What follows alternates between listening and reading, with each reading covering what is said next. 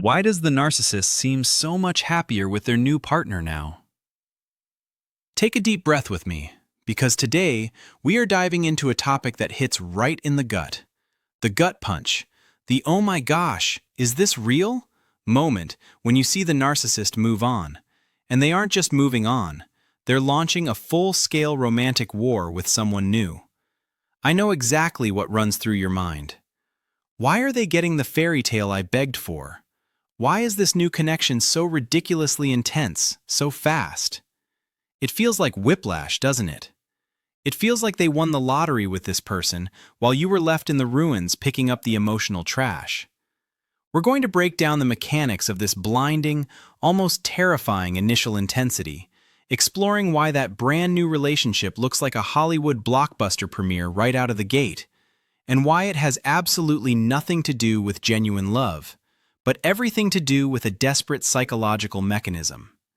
The thing you have to understand right away is that this intensity is a performance, a strategic, high-stakes theatrical event designed purely for acquisition. The narcissist doesn't do slow and steady wins the race.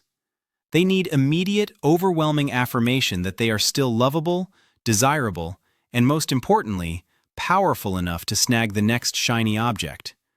They are trying to fill a bottomless pit inside themselves, and they need that new person to dive in head first, completely submerging themselves in the fantasy before they realize the water is poison.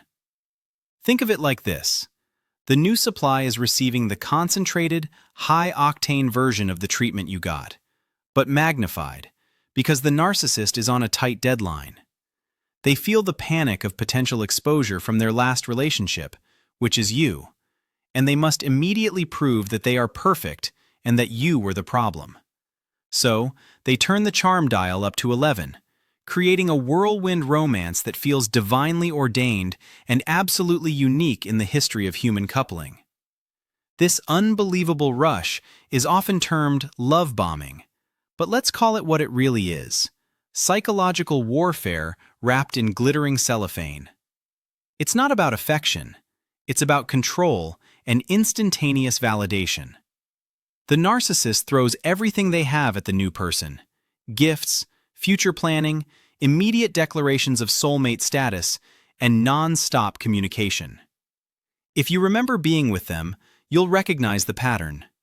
They study the new person carefully, paying attention to every habit, weakness, and desire.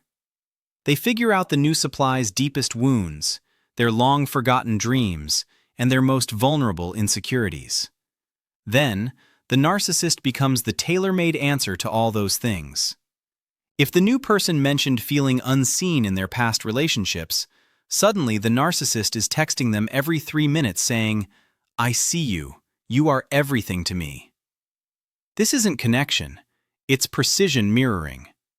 It feels intense because it bypasses the normal, healthy process of getting to know someone and goes straight for the emotional jugular. Imagine someone telling you, 3 weeks in, that you are the only person who has ever truly understood them, that they want to quit their job and move across the country with you, and that their parents, who they haven't spoken to in years, have already heard all about you. That level of future faking and instant fusion is intoxicating.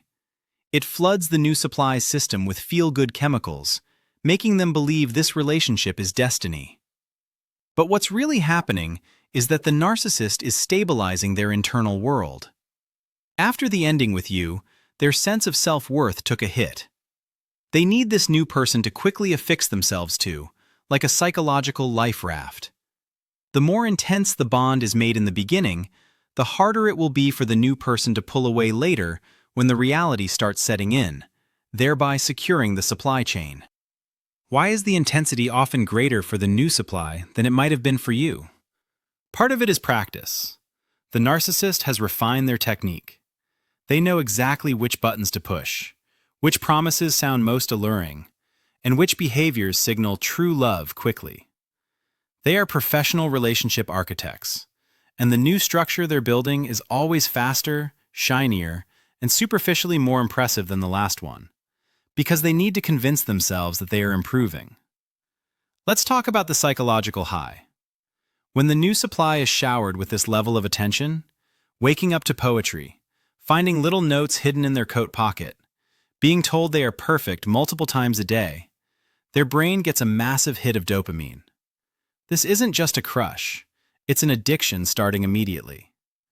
The intensity of the interaction essentially overrides any critical thinking skills the new person might possess. They become high on the narcissist. And for the narcissist, this initial stage is also a huge dopamine rush. They are receiving pristine, uncut attention and admiration. They are heroes in this new saga, completely absolved of any wrongdoing in the previous one.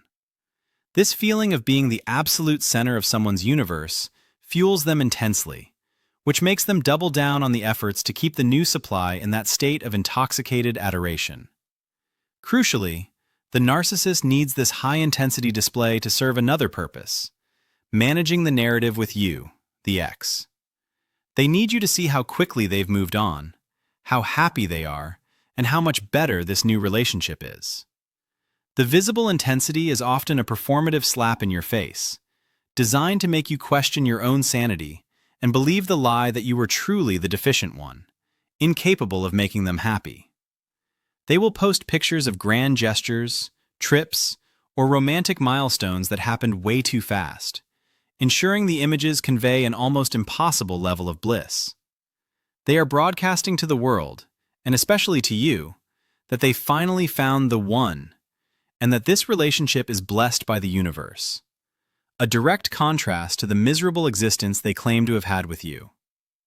Meanwhile, the new supply is vulnerable to this specific kind of intensity because they often have a history of unmet emotional needs. Maybe they grew up in an environment where they had to fight for attention, or maybe they just got out of a boring, emotionally stunted relationship. The speed and drama of the narcissist's approach feels like validation finally arriving, overwhelming them with a sense of security and belonging they've always craved. The narcissist is particularly good at sniffing out people who are empathetic, but perhaps have slightly shaky boundaries or low self-worth.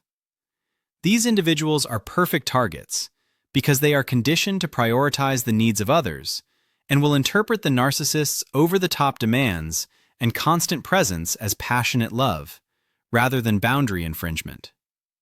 I remember talking to someone who had witnessed this firsthand.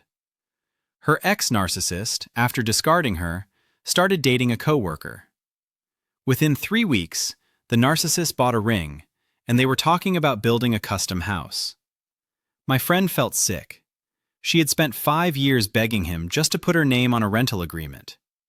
The disparity in effort was shocking, but the effort wasn't about the person. It was about securing the asset quickly. The intensity, therefore, is a functional tool. It's the cement poured quickly to create a trauma bond. By moving so fast, by blurring the lines between dating and lifelong commitment, the new supply becomes emotionally reliant on the narcissist before they ever get a chance to see the red flags waving violently in the background.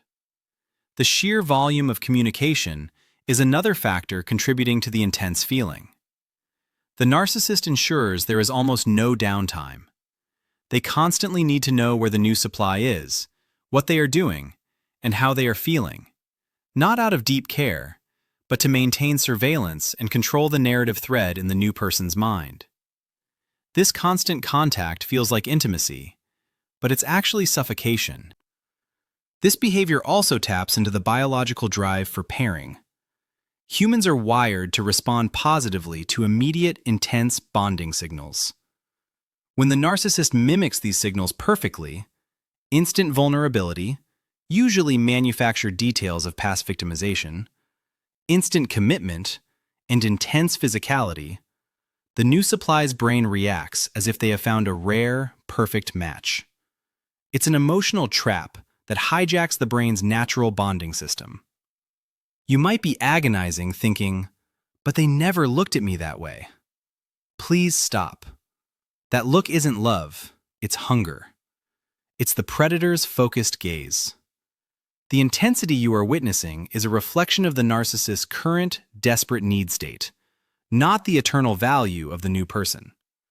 They are simply trying to suck the life force out of this new resource before the shine wears off.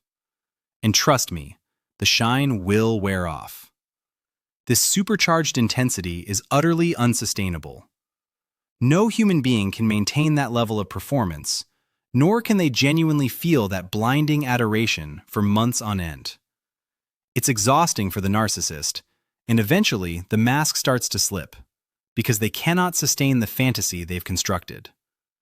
The moment the new supply starts to relax, or worse, starts to have needs or opinions that conflict with the narcissist narrative, the intensity will shift. The adoration will be replaced by confusion, then criticism, and then that terrible, cold indifference that you eventually experienced. That is when the new supply realizes the soulmate was just a mirror reflecting their own desires back at them. The honeymoon phase, the stage where you see all that blinding intensity, is essentially the narcissist's strongest bargaining chip. They are banking on the fact that when the abuse begins, the new supply will cling desperately to the memory of this perfect, intense beginning, believing that they can fix things and return to that initial magical high. So, when you see those sickeningly sweet social media posts or hear about the whirlwind engagement, don't feel jealous. Feel pity. That new relationship is built on a foundation of sand and speed, designed to collapse. The faster the intensity, the quicker the subsequent pain will be, because reality always wins against fantasy. You survive the collapse. You are now free from the addiction. The new supply is just starting to get hooked. They are drinking the poison that you finally managed to expel from your system, and that initial intensity is simply the sugar coating on the cyanide. You are watching a delayed repeat of your own heartbreak, just with a new actress playing the lead role. It is absolutely vital that you do not compare the painful reality you endured to the shining fantasy they are currently presenting. Your reality was authentic, messy, and complicated. Their current reality is a controlled illusion, meticulously curated to serve the ego of the person pulling the strings. There is no genuine safety or depth there. The narcissist cannot truly connect with anyone because they lack true empathy. What you are witnessing is not depth, it is vacuum-like suction. They pull in the new person quickly to avoid having to truly know them or be known, rushing past the parts of a relationship that require actual effort, vulnerability, and sustained emotional maturity. Understand that the only reason they moved so fast and so hard is because they are internally panicked. Your leaving, or the end of your relationship, created a crisis of identity for them. They needed a replacement urgently, and urgency always necessitates intensity. They are compensating for deep, crushing emptiness, not radiating genuine love.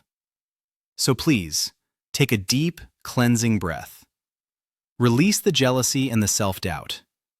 That blinding light is not the sun. It's a flare signaling distress. You are on the journey toward real healing, real connection, and real, sustainable love, none of which the narcissist can ever truly offer. Focus on the quiet, profound work of rebuilding your own wonderful life. You deserve a love that builds slowly, that respects your boundaries, and that sees you clearly, flaws and all, without needing to rush you into a performance. You deserve a partner who is patient, not intense. Remember that. If this helped you make sense of what you're seeing, I'd love to hear your thoughts. Leave a comment below. If it brought you some clarity, a like really helps this message reach others who need it. Share this with someone who might be struggling, and remember, you're not weak, you're healing. Take care, and I'll see you next time.